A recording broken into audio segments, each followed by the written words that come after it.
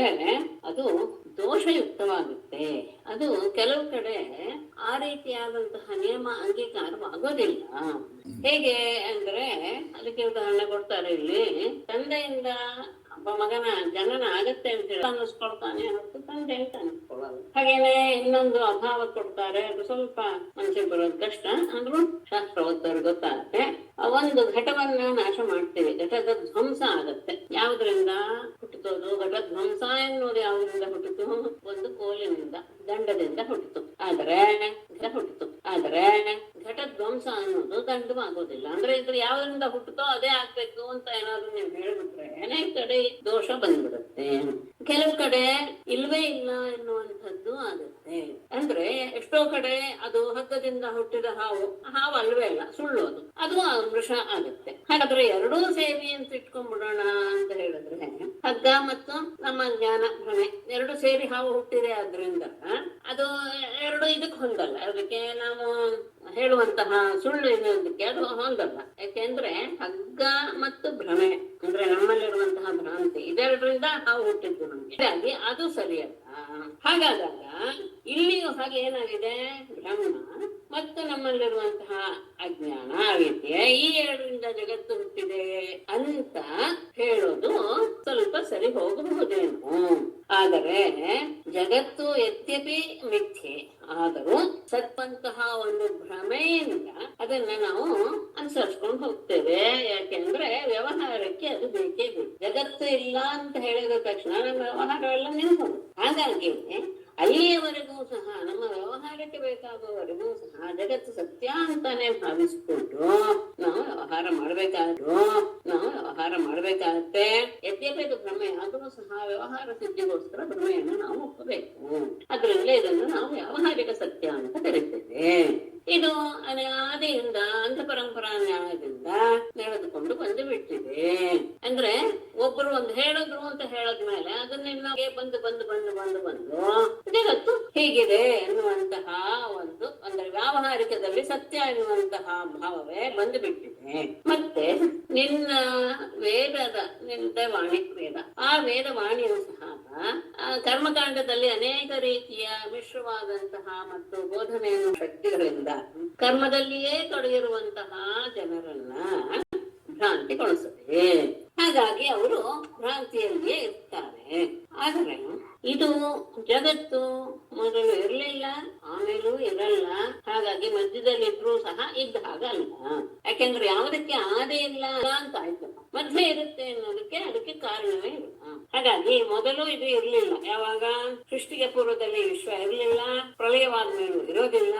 ಈಗ ವರ್ತಮಾನ ಕಾಲದಲ್ಲಿ ಇದೆಯಲ್ಲ, ಅದು ಸಹ ತೋರ್ತಾ ಇರೋದಲ್ಲಿ ಜ್ಞಾನ ಘನನಾದಂತಹ ನಿನ್ನಲ್ಲಿ ಅದು ಸಹ ಭ್ರಾಂತಿಯಿಂದ ತೋರುತ್ತೆ ಹೊರತು ಅದನ್ನು ನಾವು ಅನುಮಾನದಿಂದ ನಿಶ್ಚಯ ಮಾಡ್ತೇವೆ. ಹಾಗಾಗಿ ದ್ರವ್ಯ, ಲೋಹ, ಕಬ್ಬಿಣ ಇವುಗಳ ಪ್ರಕಾರದ ಜೊತೆಗೆ ವಿಶ್ವವನ್ನು ನಾವು ಹೋಲಿಸ್ತೇವೆ. ಹೇಗೆ ಮೃತ್ತಿನಿಂದ ಉಂಟಾದಂತಹ ಒಂದು ವಸ್ತುಗಳೆಲ್ಲವೂ ಸಹ ಅದೇ ಅಂತ ನಾವು ಜ್ಞಾನವನ್ನು ಪಡ್ಕೊಳ್ತೀವ. ಹಾಗೆ ಲೋಹದಿಂದ ಹುಟ್ಟಿದಂತಹ ವಸ್ತುಗಳೆಲ್ಲವೂ ಸಹ ಲೋಹ ಅಂತ ಮಾಡಿಸಿ ಹೇಗೆ ನಾವು ವ್ಯವಹಾರ ಮಾಡ್ತೀವೋ ಹಾಗೇನೆ ಇದು ಸಹ ಹೀಗೆ ಅಂತ ವಿಶ್ವವನ್ನು ನಾವು ಅದಕ್ಕೆ ಹೋಲಿಸ್ತೇವೆ. ಆದರೆ ಇದು ಮಿಥ್ಯ, ಮನಸ್ಸಿನ ಒಂದು ವಿಲಾಸದಿಂದ ಉಂಟಾದದ್ದು ಜಗತ್ತು. ಆದರೆ ಅದನ್ನು ಸತ್ಯ ಅಂತ ಅಜ್ಞಾನಿಗಳು ಆ ಮಾಯಿಂದ ಆ ಮಾಯೆಯಿಂದ ಮೋಹಿತನಾದಂತಹ ಜೀವ ಅವಿದ್ಯೆಯನ್ನ ಅಂದ್ರೆ ಎಲ್ಲ ಅದಕ್ಕೊಂದು ನಾಮ ರೂಪ ಎಲ್ಲ ಕೊಟ್ಕೊಂಡು ಬಂದಂತಹ ಅವಿದ್ಯೆ ಅಂತ ಹೇಳಿದ ತಕ್ಷಣ ಅದಕ್ಕೊಂದು ಹೆಸರು ರೂಪ ಎಲ್ಲ ಬಂದೇ ಬರುತ್ತೆ ತಾನೆ. ಅಂದ್ರೆ ಘಟದ ಇಟ್ಕೊಂಡಾಗ ಇದು ಘಟ ಕರಾವ ಅಂತ ಹೇಳಿ ನಾವು ಅದಕ್ಕೊಂದು ರೂಪ ಎಲ್ಲ ಕೊಡ್ತೀವಿ ತಾನೆ. ಅದು ಮೂಲ ಅಲ್ಲ, ಮೂಲದಲ್ಲಿ ಅದಕ್ಕೇನು ವಿಕಾರವಿಲ್ಲ. ಆಮೇಲೆ ಅದು ಉಂಟಾಗ ಅದು ನಾಮರೂಪಾತ್ಮಕವಾದಂತಹ ಅವಿದ್ಯೆಯನ್ನ ಯಾವಾಗ ಮಾಯೆಯಿಂದ ಮೋಹಿತನಾದಂತಹ ಜೀವ ಆಲಂಗಿಸ್ಕೊಳ್ತಾನೋ ಆಗ ತನ್ನ ದೇಹ, ತನ್ನ ಇಂದ್ರಿಯ ಇವುಗಳ ಗುಣಗಳನ್ನೇ ತಾನು ಎನ್ನುವಂತಹ ಭ್ರಮೆಯಿಂದ ಅದನ್ನೇ ಸೇವಿಸ್ತಾನ. ಅದ್ರ ಜೊತೆಗೆ ಹೆಚ್ಚು ಒಡನಾಟ ಇರೋದ್ರಿಂದ ಅವುಗಳ ಧರ್ಮವನ್ನೇ ಪಡೆದು ಬಿಡುತ್ತಾನೆ. ದೇಹೇಂದ್ರಿಯಾದಿ ಸ್ವರೂಪವೇ ಅವನ ಆಗಿ ಬಿಡುತ್ತಾನೆ. ಹಾಗಾದಾಗ ತನ್ನ ನಿಜವಾದ ಮಹಿಮೆ ಪ್ರಭಾವವನ್ನು ಕಳೆದುಕೊಂಡಂತಹ ಅವನು ಈ ಮೃತ್ಯು ರೂಪವಾದಂತಹ ಸಂಸಾರದಲ್ಲಿ ತೊರಳುತ್ತಾನೆ. ಅಲ್ಲ, ಮಾಯೆ ನನ್ನಲ್ಲಿಯೇ ಇದೆ ಅಲ್ವೇ ಅಂತ ಹೇಳಿದ್ರೆ ನಿನಗೆ ಆ ರೀತಿಯಾದಂತಹ ಅವಕಾಶ ಇಲ್ಲ. ಯಾಕೆ ಅಂದ್ರೆ ಸಕಲ ಐಶ್ವರ್ಯ ಸಂಪನ್ನನಾದಂತಹ ನೀನು ಆ ಮಾಯೆಯನ್ನ ಅನ್ನೋದಕ್ಕೆ ಒಳ್ಳೆ ಉದಾಹರಣೆ. ಹಾವು ತನ್ನ ಪರೆಯನ್ನು ಕಳಿಸ್ಕೊಂಡು ಹಾಕಿ ತನ್ನದೇ ದೇಹದ ಒಂದು ಭಾಗವಾದ ಪರೆಯನ್ನು ಅದು ಕಳಿಸ್ಕೊಂಡ ಮೇಲೆ ಅದ್ರ ಬಗ್ಗೆ ತಿರುಗಿಯೂ ಸಹ ನೋಡಲ್ಲ, ಅದು ತನ್ನ ಪಾಡಿಗೆ ತಾನು ಹೋಗ್ತಾ ಇರುತ್ತೆ. ಹಾಗೆ ನೀನು ಸಹ ಮಾಯೆಯಿಂದ ದೂರವೇ ಇರ್ತೀಯ. ಮತ್ತೆ ನಿನ್ನ ಮಹಿಮೆ ಎಷ್ಟು ಅಂತ ಹೇಳಕ್ಕೂ ಆಗಲ್ಲ, ಊಹೆಗೂ ನಿಲುಕದೆ ಇರುವಂತಹದ್ದು ನಿನ್ನ ಮಹಿಮೆ. ಅಂತಹ ಊಹಾತೀತ ಮಹಿಮನಾದಂತಹ ನೀನು ಅಣಿಮಾದಿ ಅಷ್ಟವಿಭೂತ ಸಹಿತವಾದಂತಹ ನಿನ್ನ ಮಹಿಮೆಯಲ್ಲಿಯೇ ನೀನು ಯಾವಾಗಲೂ ತೋರ್ತಾ ಇರ್ತೀಯ, ವಿರಾಜಿಸ್ತಾ ಇರ್ತೀಯ. ಆದರೆ ಯತಿಗಳಾದರೂ ಸಹ ಅವರಿಗೆ ಸಾಧ್ಯವೇ ಅಂತ ಹೇಳಿದ್ರೆ ಇಲ್ಲ, ಅವರು ಸಹ ತಮ್ಮ ಮನಸ್ಸಿನಲ್ಲಿರುವಂತಹ ಯತಿಗಳೇ ಇರಬಹುದು. ಅಂದ್ರೆ ಯತಿಗಳಾಗಿ ಎಲ್ಲವನ್ನೂ ಸಹ ಹೊರಗಡೆಯ ಸಂಘವನ್ನೆಲ್ಲ ಬಿಟ್ಟಿರ್ತಾರೆ. ಆದರೆ ಅಂತಃಸಂಘವನ್ನ, ಅಂತರಾಳದಲ್ಲಿ ಬರುವಂತಹ ಆ ವಾಸನೆ ಎಂಬ ಸಂಘವನ್ನ ಬಿಟ್ಟಿರುವುದಿಲ್ಲ. ಹಾಗೆ ಆದ ತಕ್ಷಣ ಅದನ್ನ ಎಲ್ಲಿಯವರೆಗೂ ಅವರು ಬಿಡೋದಿಲ್ವೋ ಅಂತವರ ಮನಸ್ಸಿನಲ್ಲಿ ನೀನು ನೆಲೆಸಿಯೇ ಇದ್ದರೂ ಸಹ ಅವರಿಗೆ ನೀನು ಸುಲಭವಾಗಿ ಸಿಗೋದೇ ಇಲ್ಲ, ನೀನು ದುರ್ಲಭವೇ. ಹೇಗೆ ಅಂದ್ರೆ ಕುತ್ತಿಗೆಯಲ್ಲಿಯೇ ಇರುವಂತಹ ರತ್ನ ಕಾಣದೇ ಇರುವ ಹಾಗೆ ಆಗುತ್ತಿಲ್ಲ. ಮತ್ತೆ ಇಂದ್ರಿಯ ತೃಪ್ತಿ, ಆವಾಗ ಕಾಮವಾಸನೆ ಬಂದ ತಕ್ಷಣ ಇಂದ್ರಿಯ ತೃಪ್ತಿ ಅನ್ನೋದು ಬಂದು ಬಿಡುತ್ತೆ. ಇಂದ್ರಿಯ ತೃಪ್ತಿಯನ್ನು ಮಾಡ್ಕೊಳ್ತಾ ಹೋಗ್ಬೇಕು ಅಂತ ಹೇಳಿದ ತಕ್ಷಣ ಅವರಿಗೆ ಇಹದಲ್ಲೂ ಪರದಲ್ಲೂ ಎರಡರಲ್ಲೂ ಸಹ ಸುಖವಿಲ್ಲ. ಯಾಕೆ ಅಂದ್ರೆ ಇಹದಲ್ಲಿ ಯಾಕಿಲ್ಲ, ಯಮ ಎನ್ನುವನು ಕಾಯ್ತಾನೆ ಇರ್ತಾನೆ. ಅದರಿಂದ ಮರಣದ ಭಯ ಇದ್ದೇ ಇದೆ. ನಿನ್ನನ್ನ ಅರಿಯದೇ ಇರೋದ್ರಿಂದ ಮರಣವಾದ ಮೇಲೂ ಸಹ ಅವರಿಗೆ ನರಕಾದಿ ದುಃಖವೇ ಇದೆ.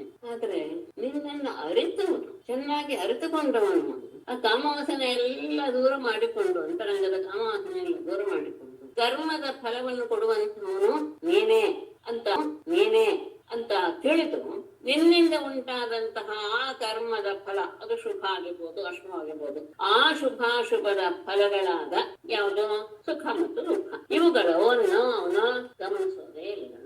ನಿನ್ನನ್ನು ಚೆನ್ನಾಗಿ ಅರ್ಥಕೊಂಡು ಬಿಟ್ಟಾಗ ತನಗೆ ತನ್ನ ಕರ್ಮ ಫಲ ಬಂದಿದೆ, ನಾನು ಈಗ ಸುಖ ಪಡ್ತಾ ಇದ್ದೇನೆ, ದುಃಖ ಪಡ್ತಾ ಇದ್ದೇನೆ, ಯಾವುದರ ಅರಿವು ಅವನಿಗೆ ಇರೋದಿಲ್ಲ. ಅಲ್ಲ, ಜನರು ಏನೇನೋ ಆಡ್ಕೊಳ್ತಾರೆ, ಬೇಕಾದ ಹಾಗೆ ತಾನು ಸರಿ ಇಲ್ಲ ಅನ್ನುವಂತಹ ಮಾತು ಬೇಕಾದಷ್ಟು ಆಗ್ತಾರೆ. ಅದನ್ನು ಸಹ ಅವನು ಗಮನಿಸೋದಿಲ್ಲ. ಯಾಕೆಂದ್ರೆ ಪ್ರತಿ ಯುಗದಲ್ಲಿಯೂ ಸಹ ಉಪದೇಶದ ಪರಂಪರೆಯಿಂದ ಶ್ರವಣ ಪೂಸಿನಲ್ಲಿ ನೆಲೆಗೊಳಿಸಿಕೊಂಡಂತಹ ಮನುಷ್ಯರಿಗೆ ನೀನು ಮೋಕ್ಷಪ್ರದನಾಗಿಯೇ ಇರ್ತೀಯ ಅಂತ ಹೇಳಿ ಶ್ರೀಧರಿಯರ ಬಗ್ಗೆ ಸ್ವಲ್ಪ ಗೊಂದಲ ಉಂಟಾಯ್ತು. ನಾನು ಅರ್ಥ ಮಾಡಿಕೊಂಡ ರೀತಿಯಲ್ಲಿ ಹೇಳ್ತೇನೆ. ಅದು ಸರಿ ಅನ್ನಿಸಿದ್ರೆ ಸರಿ, ಇಲ್ಲ ನಿಮಗೆ ಏನಾದ್ರು ಅದ್ರ ಬಗ್ಗೆ ಯಾರಾದ್ರೂ ತಿಳಿದವರು ಅದನ್ನ ಅಧ್ಯಯನ ಮಾಡಿದ್ರೆ ಅದನ್ನು ತಿಳಿಸ್ಬೋದು. ಯಾವುದು ಸರಿ ಅನ್ನುವಂತ ವಿಚಾರ ಬೇಕಾದ್ರೆ ಮಾಡಿ. ಮೊದಲನೇ ಪೂರ್ವ ಭಾಗ ತಗೊಂಡೋಯ್ತು, ಉತ್ತರ ಭಾಗದಲ್ಲಿ ಸ್ವಲ್ಪ ವಿಷಯ ಇದೆ. ಪೂರ್ವ ಭಾಗ ತಗೊಂಡೆ ಹೇಳೋಣ. ಮಾಧವ ತವ ಅವಗಮಂ ಮೇ ದಿಶಾ ಯತ್ ಸುಖಾಸುಖ ಸಂಗಮಃ ನ ಸ್ಫುರತಿ. ಅದು ಗೊತ್ತಾಯ್ತು. ಪರಮಾತ್ಮ ನೀನು ನನಗೆ ಜ್ಞಾನವನ್ನ ಕೊಡು. ಜ್ಞಾನ ಕೊಡು ಅಂದ್ರೆ ಏನದ್ರಿಂದ ಲಾಭ ಅಂದ್ರೆ ಯತ್ ಯಾವ ಜ್ಞಾನದಿಂದ ಸುಖ ಸಂಗಮ ನ ಸ್ಫುರತಿ, ಇದು ನನಗೆ ಸುಖ ಉಂಟು ಮಾಡ್ತಾ ಇದೆ ಎನ್ನುವಂತಹ ಭಾವವೇ ಉಂಟಾಗುವುದಿಲ್ಲ. ಯಾಕೆಂದ್ರೆ ಅದೆಲ್ಲವನ್ನು ದಾಟಿ ಬಿಟ್ಟಿರೋದ್ರಿಂದ, ಅಂತಹ ಜ್ಞಾನವನ್ನ ನಾನು ಪಡೆದುಕೊಂಡಿರೋದ್ರಿಂದ ನನಗೆ ಸುಖಾಸುಖದ ಸಂಗಮ ಆಗೋದು ಬೇಡ. ಆದರೆ ಅಥಾಪಿ ಅನ್ನುವಂತಹ ಶಬ್ದಕ್ಕೆ ನಾನು ಹೇಗೆ ಅರ್ಥ ಮಾಡಿದ್ದೇನೆ, ಶ್ರವಣವರ್ಣನ ಭಾವಂ ಒಂದು ಬಂದಾಗ ಅಂದ್ರೆ ನಿನಗೆ ಸಂಬಂಧಪಟ್ಟಂತಹ ವಿಷಯವನ್ನ ಶ್ರವಣ ಮಾಡೋದು, ಅದನ್ನ ನಾವು ಮತ್ತೆ ಕೇಳಿದಾಗ ಒಂದು ರೀತಿಯ ಸುಖ ಆಗುತ್ತೆ. ಆ ಸುಖ ಆಗ್ಬೇಕಲ್ಲ. ಅಂದರೆ ಶ್ರವಣವರ್ಣನ ಭಾವಂ ಅಥಾಪಿ ನಹಿ ಭವಾಮಿ. ಏನ್ ನ ಭವಾಮಿ? ಸುಖ ಸಂಗಮ ನ ಭವಾಮಿ ಅಂದ್ರೆ ಯಾವ ರೀತಿಯಾಗಿ ನಾನು ಆಗೋದಿಲ್ಲ. ಯಥಾ ವಿಧಿ ಕಿಂಕರ, ಹೇಗೆ ಕರ್ಮಕಾಂಡವನ್ನ ಆಶ್ರಯಿಸಿದಂತಹ ವ್ಯಕ್ತಿ ಅದರಲ್ಲಿರುವಂತಹ ವಿಧಿ ನಿಷೇಧಗಳನ್ನ ಅನುಸರಿಸ್ತಾ ಬಂದ ಹಾಗೆ ಯಾವ ರೀತಿಯ ಸುಖ ದುಃಖಗಳನ್ನ ಅವನು ಅನುಭವಿಸ್ತಾನೋ ಆ ರೀತಿಯ ಸುಖ ದುಃಖ ಅಂತೂ ಖಂಡಿತ ಅನುಭವಿಸಲ್ಲ ತಾನೆ ನಾನು. ಯಾಕೆ? ನಾನು ನಿನ್ನಲ್ಲಿಯೇ ನೀನು ಹೇಳಿದಂತಹ ವಿಷಯದ ಬಗ್ಗೆ ನಾನು ಶ್ರವಣ ಮಾಡೋದು ಮತ್ತೆ ಮನನ ಮಾಡೋದೆಲ್ಲ ಇಟ್ಟುಕೊಂಡಿರೋದ್ರಿಂದ ಲೋಕದಲ್ಲಿರುವಂತಹ ಕರ್ಮಕಾಂಡದಿಂದ ಬರುವಂತಹ ಆ ರೀತಿಯ ಸುಖವಾಗ್ಲಿ ದುಃಖವಾಗ್ಲೇ ನನಗೋದಿಲ್ಲ ಅಂತ ನನಗೆ ಸುಮಾರು ಹೊತ್ತು ಕೂತು ಅಧ್ಯಯನ ಮಾಡೋದ್ರಿಂದ ಹೀಗೆ ಜ್ಞಾನ ಬಂತು. ಇನ್ಯಾರಿಗಾದ್ರೂ ಏನಾದ್ರೂ ಹೊಳೆದಿದ್ರೆ ಖಂಡಿತ ಹೇಳ್ಬೋದು, ನಾನೇನು ತಪ್ಪು ಭಾವಿಸೋದಿಲ್ಲ. ಅದ್ರ ಬಗ್ಗೆಯೂ ಸಹ ನಾನು ಭರವಸೆ ಕೊಡಬಹುದು. ಯಾಕೆಂದ್ರೆ ಎಲ್ಲರಿಗೂ ಸಹ ಜ್ಞಾನದಲ್ಲಿ ಅಧಿಕಾರ ಇದೆ, ಚಿಂತನೆ ಮಾಡೋದಕ್ಕೂ ಅಧಿಕಾರವಿದೆ, ಎಲ್ಲರಿಗೂ ಸಹ ಬುದ್ಧಿವಂತಿಕೆ ಇದೆ. ನನಗೆ ಹೀಗೆ ಅಥಾಪಿ ಬಂದ ತಕ್ಷಣ ಸ್ವಲ್ಪ ತೊಂದರೆ ಆಯ್ತು. ಯಾಕೆ ಅಂದ್ರೆ ಉಪದೇಶ ಸವರ್ಣಪೂರ್ವಕವಾಗಿ ಮನಸ್ಸಿನಲ್ಲಿ ಅವನನ್ನ ನಾವು ನೆನಪಿಸ್ಕೊಳ್ತಾ ಇರೋದ್ರಿಂದ ಅದನ್ನ ನಾವು ಸತತವಾಗಿ ಆತನ ಕಥಾ ಶ್ರವಣಾದಿಗಳಲ್ಲಿಯೇ ನಮ್ಮ ಮನಸ್ಸನ್ನು ನೆನಗೊಳಿಸೋದ್ರಿಂದ ಹಾಗೆ ಆಗಿಬಿಡುತ್ತೆ. ಅದು ಕರ್ಮಕ್ಕೆ ಏನಾದ್ರು ತೊಂದರೆ ಆಗುತ್ತೆ ಅಂದ್ರೆ ಅದು ಕರ್ಮಕ್ಕೆ ಸಂಬಂಧಪಡುವುದೇ ಇಲ್ಲ. ಹೇಗೆ ವಿಧಿ ನಿಷೇಧಗಳ ಅಂದ್ರೆ ವೇದವಾಣಿಯಿಂದ ನಾವು ಪಡಿತೀವೋ ಆ ರೀತಿಯಾದಂತಹ ಸುಖ ಅಲ್ಲ ಅದು. ಸುಖವಾಗುವುದು ದುಃಖವಾಗುವುದು, ದುಃಖ ಅಸಂಭವ. ಹಾಗಾಗಿ ಅದು ಸಹ ಇಲ್ಲ. ಅಥಾಪಿ ಶ್ರವಣವರ್ಣನ ಭಾವಂ ಪ್ರಾಪ್ತಃ ಮಪಿ ನಹಿ ಭವಾಮಿ ತಥಾ ಯಥಾ ವಿಧಿ ಕಿಂಕರಃ ತಥಾ ನ ಭವಾಮಿ ಇತ್ಯರ್ಥ. ಏನು ಇಲ್ಲ ಅಂದ್ರೆ ನಾನು ಮುಂದೆ ಹೋಗ್ತೇನೆ. ಮನಸ್ಸಿಗೆ ಸರಿ ಅನಿಸುತ್ತಿದ್ರೂ ಸಹ ಹೇಳ್ಬೋದು, ಇಲ್ಲ ಇದಕ್ಕೆ ಹೀಗೆ ಅರ್ಥ ಆಗ್ಬೋದಲ್ವೇ ಅಂತ ಹೇಳಿದ್ದೀನಿ. ಅದು ಸಂಕೋಚ ಪಟ್ಟುಕೊಳ್ಳೋ ಅವಶ್ಯಕತೆ ಇಲ್ಲ, ನನಗೆ ಅಧ್ಯಯನದಿಂದ ಸಿಕ್ಕಿದ ಅರ್ಥನ ಶ್ರೀ ಭಗವಾನ್ ವಾಚ. ಹೇಳ್ತಾ ಇರೋದು ಯಾರು? ನಾರಾಯಣ. ಯಾರು? ಋಷಿ ನಾರಾಯಣ. ನಾರದರಿಗೆ ಹೇಳ್ತಾ ಇರೋದು.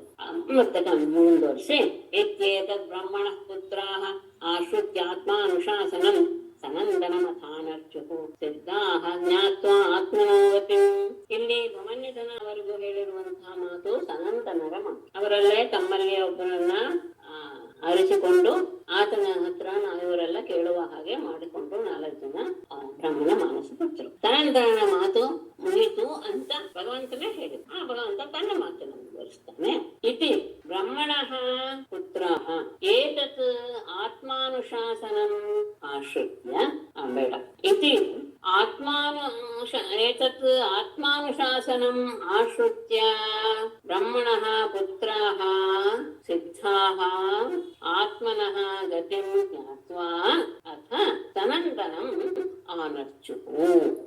ಎಲ್ಲ ಆದ್ಮೇಲೆ ಇತಿ ಈ ರೀತಿಯಾಗಿ ಏತತ್ ಆತ್ಮಾನುಶಾಸನಂ, ಆತ್ಮದ ಅಂದ್ರೆ ಪರಮಾತ್ಮನಿಗೆ ಸಂಬಂಧಪಟ್ಟಂತಹ ಉಪದೇಶವನ್ನ ಆಶ್ರಿತ್ಯ ಕೇಳಿ ಬ್ರಹ್ಮಣ ಪುತ್ರ, ಬ್ರಹ್ಮನ ಮಾನಸ ಪುತ್ರರಾದಂತಹ ಸನಕ ಸನಂದನಾದಿಗಳು ಸಿದ್ಧರಾದ ಅವರು ಆತ್ಮನಃ ಗತಿಂ ಜ್ಞಾತ್ವಾ, ಆತ್ಮನ ಸ್ವರೂಪವನ್ನ ತಿಳಿದವರಾಗಿ ಅಥ ಬಳಿಕ ಸನಂದನಂ ಇದನ್ನೆಲ್ಲ ತಿಳಿಸಿಕೊಟ್ಟಂತಹ ಸನಂದನನ್ನ ಆನರ್ಚುಃ ಮುಚ್ಚಿಸಿದರು.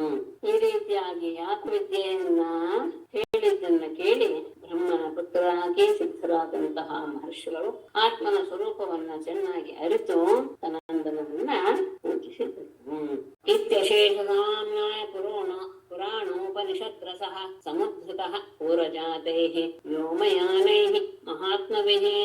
ಎಲ್ಲವನ್ನು ಸಂಗ್ರಹ ಮಾಡಿ ಹೇಳಿದವರು ಯಾರು? ಎಂಥವರು? ಇತಿ ಅಶೇಷ ಸಮಾಮ್ನಾಯ ಪುರಾಣೋಪನಿಷತ್ರಸಃ ಪೂರ್ವಜಾತೈಃ ವ್ಯೋಮಯಾನೈಃ ಮಹಾತ್ಮಭಿಃ ಸಮುದ್ಧತಃ. ಇತಿ ಇದು ಅಶೇಷ ಸಮಾಮ್ನಾಯ ಪುರಾಣ ಉಪನಿಷತ್ರಸಃ. ಇದು ಯಶೇಷ ಎಲ್ಲ ಸಮಸ್ತವಾದ ಸಮಾಮ್ನಾಯ ವೇದ ಪುರಾಣ ಉಪನಿಷತ್ತು ಇವುಗಳ ಸಾರಭೂತವಾದವು. ಈ ಹೇಳಿದ ವಿಷಯ ಅದು ಎಲ್ಲ ಪುರಾಣ ವೇದ ಪುರಾಣ ಉಪನಿಷತ್ತುಗಳ ರಹಸ್ಯವನ್ನ ಒಳಗೊಂಡಿರುವಂತಹದ್ದು ಸಾರ. ಅದನ್ನ ಪೂರ್ವಜಾತೈಗೆ ಸೃಷ್ಟಿಗಿಂತ ಮೊದಲೇ ಜನ್ಮ ತಾಳಿದಂತಹ ವ್ಯೋಮಯಾನಿಗೆ ಆಕಾಶಗಾಮಿಗಳ ಶಬ್ದ ಮಹಾತ್ಮವಿಗೆ ಮಹಾತ್ಮರ ಸನಕ ಸನಂದನಾದಿಗಳಿಂದ ಸಮುತ್ಥಿತ ಪ್ರಕಟಿಸಲ್ಪಟ್ಟಿತು. ಅವರು ಅತ್ಯಂತ ಯೋಗ್ಯ ರೀತಿಯಲ್ಲಿ ಎಲ್ಲವನ್ನೂ ಸಹ ಗಮನಿಸಿ ಸಾರಭೂತವಾದದ್ದನ್ನ ನಮಗೆ ಕೊಟ್ಟು ನಮಗೆ ಅನುಗ್ರಹ ಮಾಡಿದ್ದಾರೆ. ಅದು ಬಹಳ ಪ್ರಧಾನ. ಯಾಕೆಂದ್ರೆ ಇದಿಷ್ಟು ಸುಲಭ ಅಲ್ಲ. ಸೃಷ್ಟಿಯ ಮೊದಲಿಗೆ ಹುಟ್ಟಿದಂತಹವರು ಅವರು ಎಲ್ಲರಿಗೂ ಸಹ ಮೊದಲಿದ್ದವರೇ ಅವರಾಗಿದ್ದಾರೆ. ಅವರು ಮತ್ತೆ ನಮ್ಮ ಹಾಗೆ ಭೂಮಿಯ ಮೇಲೆ ಓಡಾಡುವಂತಹ ಅವಶ್ಯಕತೆ ಇಲ್ಲ. ಅವರು ಆಕಾಶಗಾಮಿಗಳು. ಅವರು ಎಲ್ಲ ಗ್ರಂಥಗಳ ಸಾರವನ್ನ ತೆಗೆದು ನಮಗೆ ಕೊಟ್ಟು ಬಿಟ್ಟಿದ್ದಾರೆ ಅನುಗ್ರಹ ರೂಪದಲ್ಲಿ. ಹಾಗಾಗಿ ಇದು ಪರಮಾತ್ಮ ಹೇಳ್ತಾ ಇರೋದು, ನಾರಾಯಣ ಋಷಿ ಹೇಳ್ತಾ ಇರೋದು. ಪಂಚೇತ ಬ್ರಹ್ಮದಾಯಾದ ಶ್ರದ್ಧೆಯಾತ್ಮ ಅನುಶಾಸನಂ ಧಾರಯನ್ ಚರ ಕಾಂ ಕಾಮಂ ಕಾಮಾನಾಂ ಭರ್ಜನಂ ನೃಣಾಂ. ಬ್ರಹ್ಮದಾಯಾದ ಏತತ್ ಆತ್ಮಾನುಶಾಸನಂ ನೃಣಾಂ ಕಾಮಾನಾಂ ಭರ್ಜನಂ ತ್ವಂ ಶ್ರದ್ಧೆಯಾ ಧಾರಯನ್ ಗಾಂ ಚರ ಕಾಮಂ ಗಾಂ ಚರ.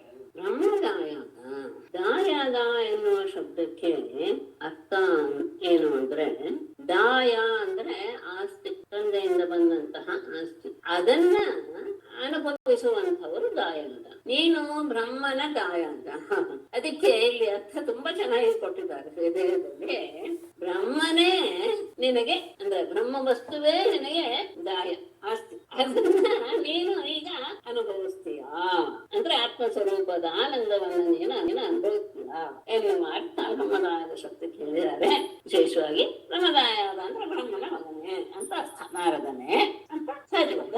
ಏತತ್ ಆತ್ಮಾನುಶಾಸನ, ಈ ಆತ್ಮನ ಸ್ವರೂಪವನ್ನ ತಿಳಿಸುವಂತಹ ಈ ವಿದ್ಯೆ ನೃಣಾಂ ಕಾಮಾನಾಂ ಭರ್ಜನಂ, ಮನುಷ್ಯರಿರುವಂತಹ ಎಲ್ಲ ಕಾಮನೆಗಳನ್ನು ಸಹ ಸುಟ್ಟು ಹಾಕುವಂಥದ್ದು. ತ್ವಂಚ, ಇದನ್ನ ನೀನು ಸಹ ಇದನ್ನ ಶ್ರದ್ಧೆಯ ಹಾರಯನ್ನ, ಇದನ್ನ ನೀನು ಬಹಳ ಶ್ರದ್ಧೆಯಿಂದ ಹೃದಯದಲ್ಲಿ ಅದನ್ನ ನೆಲೆಗೊಳಿಸಿಕೊಂಡು ಕಾಮಂ, ನಿನ್ನ ಇಷ್ಟ ಬಂದ ರೀತಿಯದ್ದೇ ಗಾಂಚರ, ಈ ಭೂಲೋಕವನ್ನ ನೀನು ಸುತ್ತಾ ಇರು. ಅಂದ್ರೆ ಇದನ್ನ ನೀನು ಮನಸ್ಸಿಗೆ ತಂದುಕೊಂಡು ಆ ಸ್ವಚ್ಛಂದವಾದಂತಹ ರೀತಿಯಲ್ಲೇ ಈ ಭೂಮಂಡಲದಲ್ಲಿ ನೀನು ಸಂಚಾರ ಮಾಡ್ತಾ ಇರು. ಇದು ಎಲ್ಲರಿಗೂ ಸಹ ಬಹಳ ಮುಖ್ಯವಾದ, ಅವರಲ್ಲಿರುವಂತಹ ಕಾಮನೆಗಳನ್ನೆಲ್ಲ ಪೂರ್ತಿಯಾಗಿ ಸುಟ್ಟು ಹಾಕುವಂತಹ ವಿದ್ಯೆ.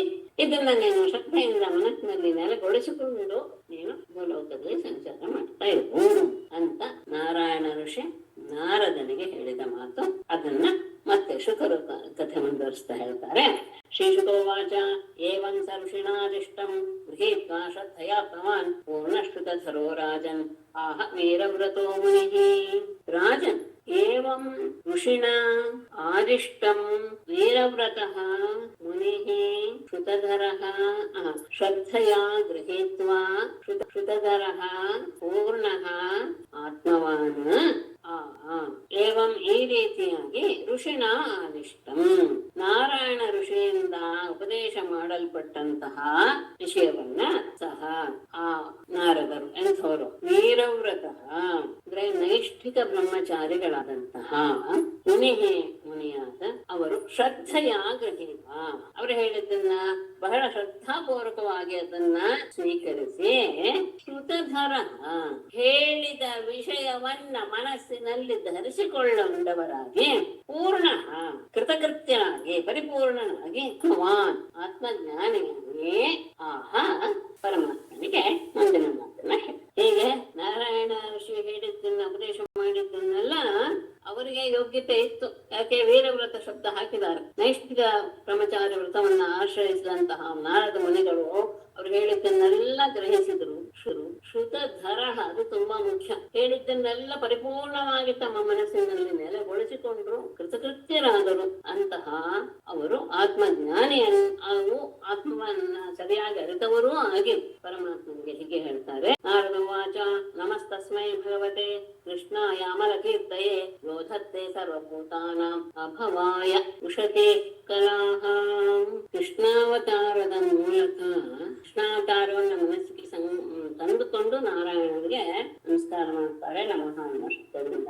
ಭಗವತೆ ಅಮಲಕೀರ್ತಯೇ ಕೃಷ್ಣಾಯ ತಸ್ಮೈ ನಮಃ.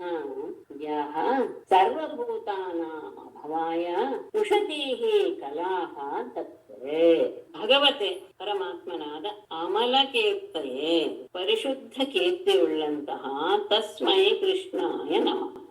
ಅಂತಹ ಕೃಷ್ಣನಿಗೆ ಕೃಷ್ಣಾವತಾರದ ವಿಷಯವನ್ನ ಇಲ್ಲಿ ಹೇಳ್ತಾ ಅಂತಹ ಹೇಳ್ತಾರೆ.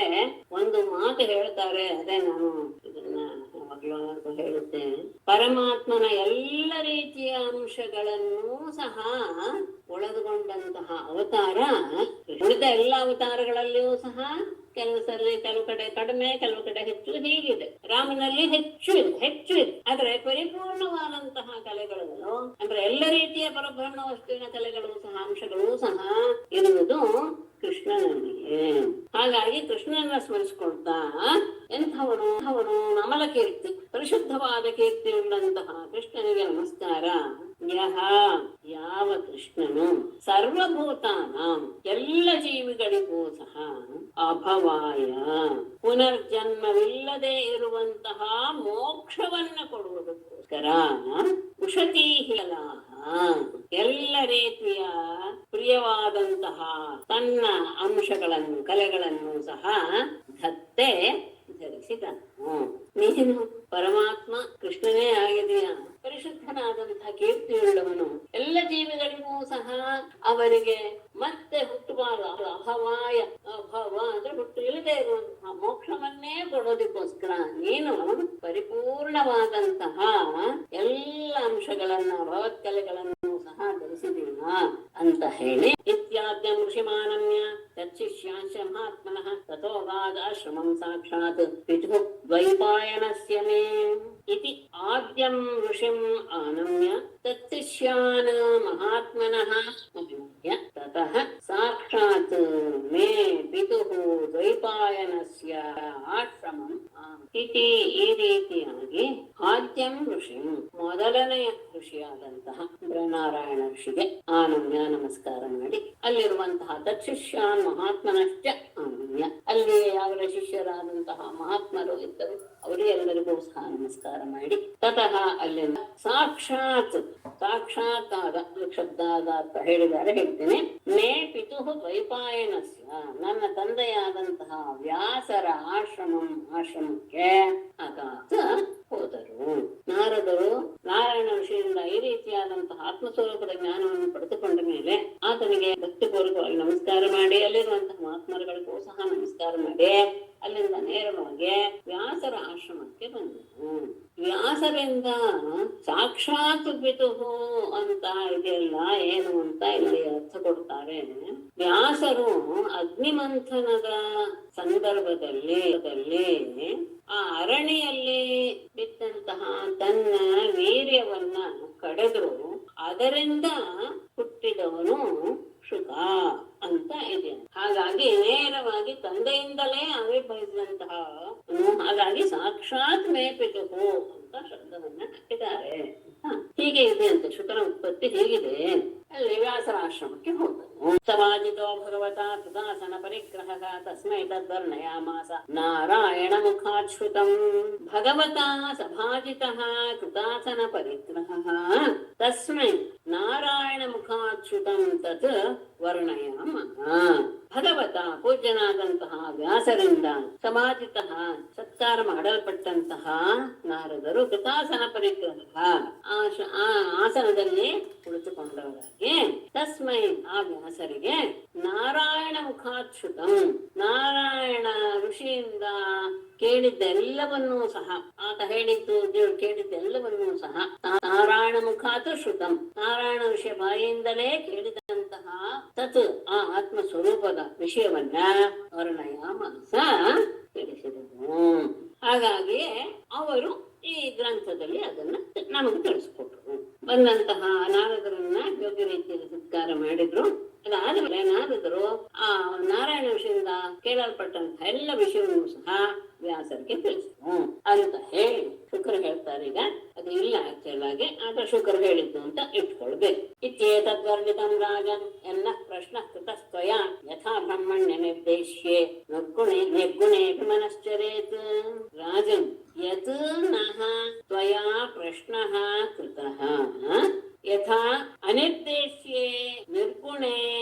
ಬ್ರಹ್ಮಣಿ ಅಪಿ ಮನಃ ಚರೇತ್ ಇತ್ಯೇತತ್ ವರ್ಣಿತಂ.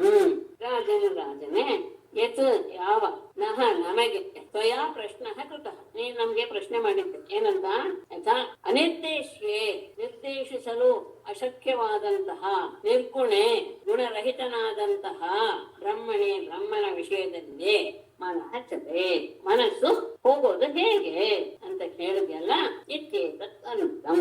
ಅದಕ್ಕೆ ಉತ್ತರವಾಗಿ ನಾವಿಷ್ಟು ವಿಷಯಗಳನ್ನು ಸಹ ನಿಮಗೆ ತಿಳಿಸಿದ್ದೀವಿ. ನೀನು ಕೇಳಿದೆ ಮಾತಿನಿಂದ ಮನಸ್ಸಿನಿಂದ ತಿಳಿಯಲು ಅಶಕ್ಯವಾದಂಥದ್ದು ಯಾಕೆ ಅಂದ್ರೆ ನಿರ್ಗುಣವಾದಂತಹ ಬ್ರಹ್ಮನ ವಿಷಯದಲ್ಲಿ ಮನಸ್ಸು ಹೇಗೆ ತೊಡಗಿಸಿಕೊಳ್ಳೋದು ಅಂತ ಕೇಳಿದ್ದೆಲ್ಲ, ಅದಕ್ಕೆ ಉತ್ತರ ರೂಪವಾಗಿ ನಾನು ನಿಮಗೆ ಇದೆಲ್ಲವನ್ನೂ ಸಹ ಹೇಳಿದ್ದೇನೆ. ಯೋಸ್ಯೋತ್ಪ್ರೇಕ್ಷಕ ಆದಿಮಧ್ಯ ನಿಧನೆ ಯೋ ವ್ಯಕ್ತ ಜೀವೇಶ್ವರೋ ಯಸೃಷ್ಟ್ವೇದಮನುಪ್ರವಿಶ್ಯ ಋಷಿಣಾ ಚಕ್ರೇ ಪುರಃಶಾಸ್ತಿತಾಃ ಯಂ ಸಂಪದ್ಯ ಜಹಾತ್ಯಜಾ ಮನುಷಯೀ ಸುಪ್ತಃ ಕುಲಾಯಂ ಯಥಾ ತಂ ಕೈವಲ್ಯ ನಿರಸ್ತಯೋನಿಮಭಯಂ ಧ್ಯಾಯೇತ್ ಅಜಸ್ರಂ ಹರಿಂ ಹರಿಂ. ಯಹ ಅಸ್ಯ ಉತ್ಪ್ರೇಕ್ಷಕಃ ಆದಿಮಧ್ಯ ನಿಧನೆ ಅಥವಾ ಆದಿಮಧ್ಯ ನಿಧನೆ ಯಹ ಉತ್ಪ್ರೇಕ್ಷಕಃ ಬೇಕಾಗ್ತದೆ. ಈ ಹೇಳಿದ್ದು ಸರಿ ಇದೆ, ಅದೇ ಇಟ್ಕೊಳ್ಳೋಣ.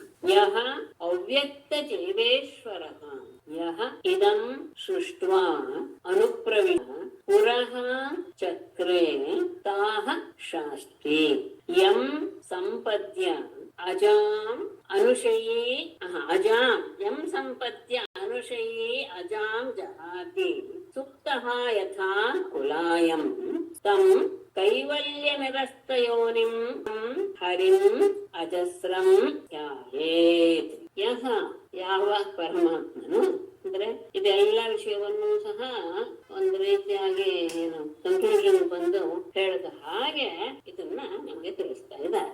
ಯಹ ಅಸ್ಯ ಉತ್ಪ್ರೇಕ್ಷಕ ಯಾರು ಈ ಜಗತ್ತನ್ನ ನೋಡ್ತಾ ಇದ್ದಾನೋ, ಹಾಗೇನೆ ಯಾವುದರಲ್ಲಿ ಆದಿ ಮಧ್ಯ ನಿಧನೆ ಸೃಷ್ಟಿ ಸ್ಥಿತಿ ಪ್ರಳಯಾದಿಗಳಲ್ಲಿ ಸಹ ಇದನ್ನ ಆಲೋಚಿಸಿ ಇದನ್ನ ನೋಡಿ ಎಲ್ಲದರಲ್ಲೂ ಸೃಷ್ಟಿ ಸ್ಥಿತಿಲಯವನ್ನು ಮಾಡಿದ್ದಷ್ಟೇ ಅಲ್ಲದೆ ಅದರಲ್ಲಿಯೂ ಸಹ ಯಾರು ಇದನ್ನೆಲ್ಲ ನೋಡ್ತಾ ಇದ್ದಾನೆ. ಆಮೇಲೆ ಯಹ ಅವ್ಯಕ್ತ ಜೀವೇಶ್ವರ ಅಷ್ಟೇ ಅಲ್ಲ, ಯಾವನು ಆ ಪ್ರಕೃತಿ ಮತ್ತು ಪುರುಷರಿಗೆ ಈಶ್ವರ ಒಡೆಯನಾಗಿದ್ದಾನೋ, ಅಂದ್ರೆ ಅವ್ಯಕ್ತ ಅಂದ್ರೆ ಪ್ರಕೃತಿ, ಜೀವ ಅಂದ್ರೆ ಪುರುಷ, ಇವರೆಲ್ಲರಿಗೂ ಸಹ ಈಶ್ವರ ಅಂದ್ರೆ ಒಡೆಯನಾಗಿದ್ದಾನೆ, ಇವರೆಲ್ಲರಿಗೂ ಒಡೆಯನಾಗಿದ್ದಾನೋ. ಅಷ್ಟೇ ಅಲ್ಲ, ಯಹ ಇದಂ ಸೃಷ್ಟ ಯಾರು ಇದನ್ನ ಸೃಷ್ಟಿ ಮಾಡಿ ಅನುಪ್ರವಿಶ್ಯ ಅದನ್ನ ಅದರೊಳಗೆ ಪ್ರವೇಶ ಮಾಡಿ ಪುರಃ ಚಕ್ರೆ ಈ ಜಗತ್ತನ್ನೆಲ್ಲ ಅನುಭವಿಸೋದಕ್ಕೋಸ್ಕರ ಶರೀರಗಳನ್ನ ನಿರ್ಮಿಸಿದನು. ಅಷ್ಟೇ ಅಲ್ಲ, ತಾಹ ಶಾಹ ಶಾಸ್ತಿ ಅದನ್ನ ನಿಯಂತ್ರಣಗೊಳಿಸ್ತಾ ಇದ್ದಾನು. ಮತ್ತೆ ಯಂ ಸಂಪದ್ಯ ಯಾವ ಆ ಪರಮಾತ್ಮನನ್ನ ಹೊಂದಿ ಅನುಶಯಿ ಆತನನ್ನ ಅನುಸರಿಸುವಂತಹ ಅಥವಾ ಅವನೊಳಗೆ ಸೇರಿರುವಂತಹ ಅವನು ಅಜಾಂ ಜಹಾತಿ ಮಾಯೆಯನ್ನ ಬಿಟ್ಟು ಬಿಡ್ತಾನೋ. ಯಾವ ಪರಮಾತ್ಮನನ್ನ ಹೊಂದಿ ಅವನಲ್ಲಿ ಸೇರಿಕೊಂಡವನಾಗಿ ಯಾರು ಮಾಯೆಯನ್ನ ಜಹಾತಿ ಬಿಟ್ಟು ಬಿಡ್ತಾನೋ. ಹೇಗೆ ಬಿಡ್ತಾನೆ ಅಂದ್ರೆ ಸುಪ್ತಃ ಮಲಗಿದವನು ಯಥಾಕುಲಾಯಂ ಹೇಗೆ ತನ್ನ ಶರೀರವನ್ನ ಬಿಟ್ಟು ಬಿಡುತ್ತಾನೋ, ಆ ಮಲಗಿದ ಸಂದರ್ಭದಲ್ಲಿ ನನ್ನ ಶರೀರ ಅನ್ನುವಂಥ ಭಾವ ಇರೋದೇ ಇರಲ್ಲ. ಹೇಗೆ ಸುಪ್ತಾವಸ್ಥೆಯಲ್ಲಿ ತನ್ನ ಶರೀರವನ್ನ ಬಿಟ್ಟು ಬಿಟ್ಟಿದ್ದಾನೋ ತಂ ಅಂತಹ ಕೈವಲ್ಯ ನಿರಸ್ತ ಯೋನಿಂ ಆ ಮೋಕ್ಷವನ್ನು ಸಹ ಅಂದ್ರೆ ಕೈವಲ್ಯ ಅಂದ್ರೆ ಮೋಕ್ಷ ಅಂದ್ರೆ ತಮ್ಮ ಸ್ವರೂಪದಿಂದ ಇರುವುದು, ಅದನ್ನ ಮೂಲ ಕಾರಣವಾದಂತಹದ್ದು ಯಾವುದೋ ಈ ಮಾಯೆ, ಅದನ್ನ ನಿರಸ್ತ ಯೋನಿಂ ಈ ಮೋಕ್ಷಕ್ಕೆ ತೊಂದರೆಯನ್ನು ಉಂಟು ಮಾಡುವಂತಹ ಮಾಯೆಯನ್ನ ಪೂರ್ಣವಾಗಿ ನಾಶ ಮಾಡುವಂತಹ ಅಭಯಪ್ರದನಾದಂತಹ ಹರಿಯನ್ನ ಅಜಸ್ರಂ ತಾಯೇ ಯಾವಾಗಲೂ ಸಹ ಧ್ಯಾನಿಸ್ತಾ ಇರಬೇಕು. ಯಾರು ಅಂದ್ರೆ ಯಾವ ಬ್ರಹ್ಮ ವಸ್ತು ಪರಮಾತ್ಮ ಎಲ್ಲವನ್ನೂ ಸರಿಯಾದ ರೀತಿಯಲ್ಲಿ ನೋಡ್ತಾ ಈ ಜಗತ್ತಿನ ಸೃಷ್ಟಿ ಸ್ಥಿತಿಯನ್ನೆಲ್ಲವನ್ನೂ ಸಹ ಮಾಡಿ ಅದನ್ನೂ ಸಹ ನೋಡ್ತಾ ಪ್ರಕೃತಿ ಪುರುಷ ಪುರುಷರಿಗೆ ಒಡೆಯನಾಗಿರುವಂಥವನು ಈ ವಿಶ್ವವನ್ನ ಸೃಷ್ಟಿ ಮಾಡಿ ಜೀವನ ಜೊತೆಗೆ ಅವನು ಸಹ ಸೃಷ್ಟಿಸಿ ಆ ಜೀವನ ಜೊತೆಗೆ ಅನುಪ್ರವೇಶ ಮಾಡಿ ಅವನ ಮೋಹಕ್ಕೋಸ್ಕರ ಶರೀರಗಳನ್ನೆಲ್ಲ ನಿರ್ಮಿಸಿ ಅದನ್ನ ನಿಯಂತ್ರಣಗೊಳಿಸ್ತಾ ಇದ್ದಾನೋ ಅಷ್ಟೇ ಅಲ್ಲ, ಯಾವ ಆ ಬ್ರಹ್ಮನನ್ನ ಸೇರಿದಂತಹ ಭಕ್ತ ಮಾಯೆಯನ್ನ ಎಲ್ಲಿ ಬಿಟ್ಟು ಬಿಡ್ತಾನೋ, ಹೇಗೆ ನಿದ್ರಿಸುವಂತಹವನು ದೇಹವನ್ನು ಬಿಟ್ಟಿರುವ ರೀತಿಯಲ್ಲಿ ಅವಿದ್ಯೆಯನ್ನು ಬಿಟ್ಟು ಬಿಟ್ಟಿರ್ತಾನೋ, ಯಾರು ತನ್ನ ಸ್ವರೂಪದ ಅವಸ್ಥಾನದಿಂದ ಅದಕ್ಕೆ ಮೂಲ ಕಾರಣವಾದಂತಹ ಮಾಯೆಯನ್ನ ತಿರಸ್ಕರಿಸಿರೋನು ಅಂತಹ ಅಭಯಪ್ರದನಾದ ಹರಿಯನ್ನ ಯಾವಾಗಲೂ ಧ್ಯಾನ ಮಾಡ್ತಾ ಇರಬೇಕು.